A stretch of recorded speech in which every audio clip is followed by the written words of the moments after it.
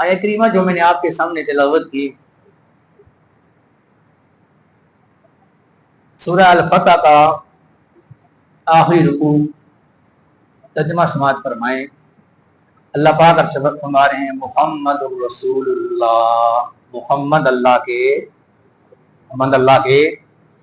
رسول ہیں، رسول قیامت تک محمد اللہ کے رسول ہیں، تھے نہیں۔ یہ اگر یہ عقیدہ رکھیں گے تو اسلام دارہ اسلام سے بندہ پاک محمد اللہ کے رسول ہے اور قیامت تک رسول ہے، آپ پہ نبوت بند ختم ہو گئی ہے۔ ما کان محمد ابا احد من رجالکم ولکن رسول اللہ وخاتم النبیین وکان اللہ بکل شیء علیم۔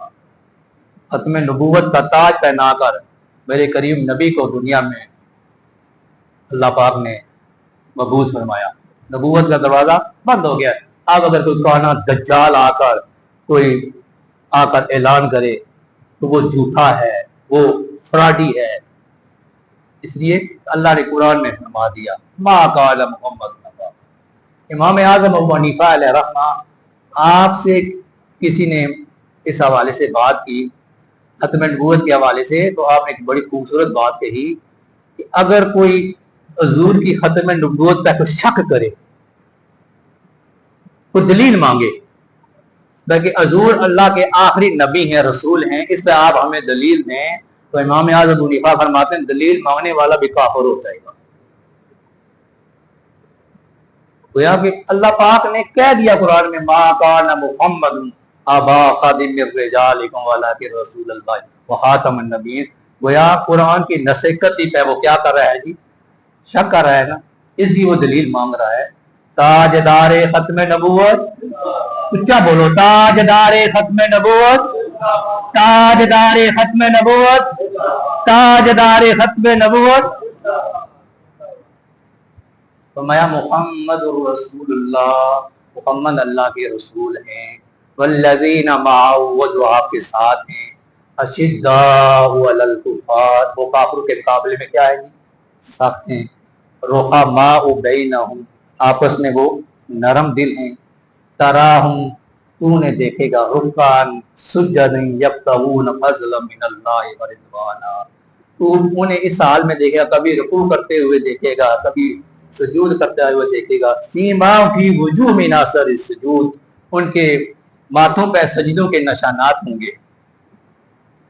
مفسرین کرام نے، علماء کرام نے اس کی ایک تفسیر تو یہ کی ہے کہ اس سے محمد رسول اللہ واللہ معہ، یہاں سے ایک عمومی تفسیر جناب صحابہ کرام کی جماعت لیا ہے، تمام صحابہ کرام کو لیا ہے کہ حضور کے جتنے بھی صحابہ کرام ہیں جو حضور کی واللہ معہ، جو حضور کی معیت میں آگے، سنگت میں آگے، صحابی کہتے ہی اسے ہیں جو حضور کی معیت میں آ گیا، سنگت میں آ گیا، حضور کو دیکھا، معیت میں آیا، صحبت میں آیا اور حضور کا کلمہ پڑھ لیا۔ دیکھنا شرط نہیں ہے، حضور کو دیکھنا شرط نہیں ہے، حضور کی صحبت پانا شرط ہے، حضور کی معیت پانا شرط۔ اگر دیکھنا شرط ہوتا تو حضور کے ایسے بھی صحابی تھے جو نابینے تھے، جنہوں نے حضور کو نہیں دیکھا تھا۔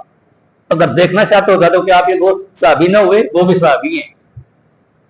دیکھنا شرط نہیں ہے، بلکہ حضور کی مجلس پانا، حضور کی معیت پانا، حضور کی صحبت پانا، حضور کی سنگت پانا اور حضور کا کلمہ پڑھنا، یہ کیا جی؟ یہ صحابیت ہے۔ ایک عمومی تفسیر یہ ہے کہ اس جماعت صحابہ مراد لیا گیا کہ وہ جو حضور کی سنگت اور صحبت میں آگے جنہوں نے کلمہ پڑھ لیا، اشداء علی الکفار، وہ کافروں کے مقابلے میں ڈاڈے سخت ہیں، رحماء بین، آپس میں بڑے نرم دل ہیں، تراہم رکعاً سجدا، تو انہیں دیکھے گا رکوع اور سجود کے اندر، تو ان کے چہروں پہ سجدوں کے نشانات دیکھے گا۔ ایک تفسیر یہ بیان ہوئی اور ایک تفسیر یہ بیان ہوئی والذین معہ، وہ جو آپ کی معیت میں، وہ جو آپ کی معیت میں، اس سے مراد جناب سیدنا صدیق اکبر کے ساتھ، وہ جو آپ کے حضر میں، سفر میں، حضر میں، غار میں، مزار میں، ہر جگہ حضور کے ساتھ شانہ بشانہ ڈٹے رہے۔ خلیفہ اول، خلیفہ بلا فخر سیدنا صدیق اکبر، سب کہہ دے رضی اللہ عنہ۔ آپ نے اشداء علی الکفار،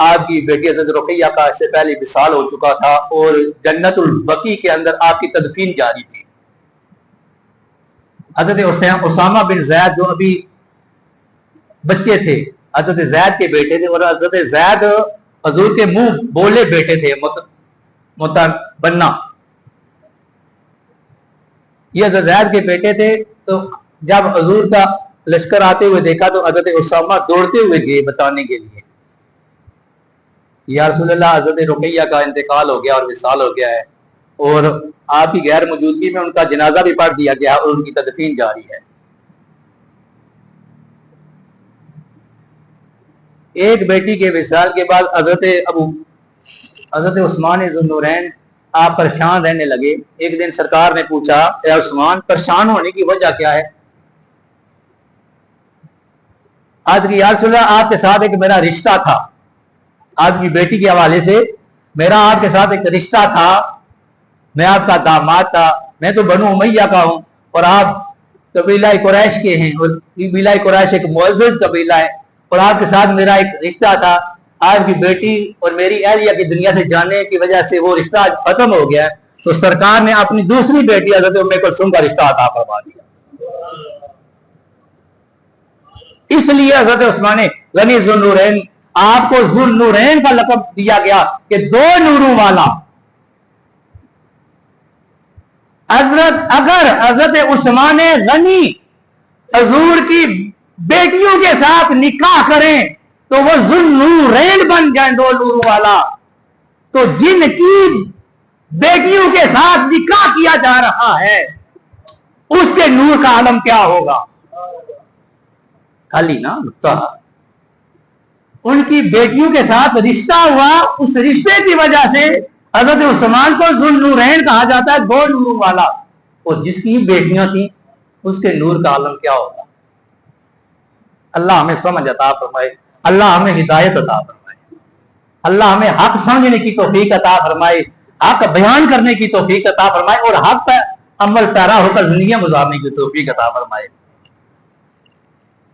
جناب حضرت عثمان ذو النورین رضی اللہ تعالیٰ عنہ کی زندگی کو جس بھی پہلو کے ساتھ، سخاوت والا پہلو آپ کا دیکھیں، شجاعت والا، محبت رسول، عشق رسول والا دیکھیں، جس بھی پیرامیٹر کے ساتھ آپ کی زندگی کو آپ پڑھیں گے، سنیں گے، مطالعہ کریں گے،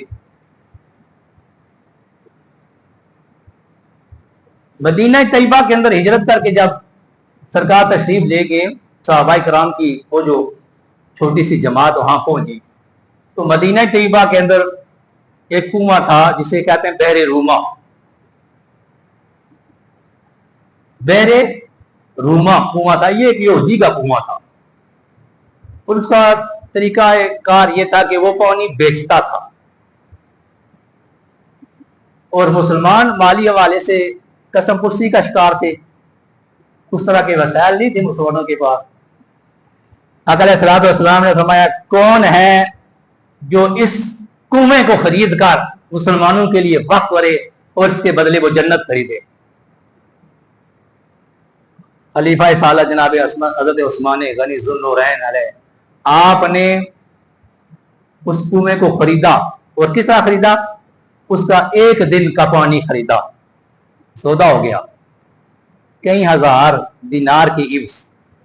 میں کہیں اس لیے کہہ رہا ہوں کہ مجھے وہ پورا غلط نہ ہو جائے، اگر 10 ہوئے تو اگر میں 5 کہہ دوں تو یہ غلط ہو جائے گا۔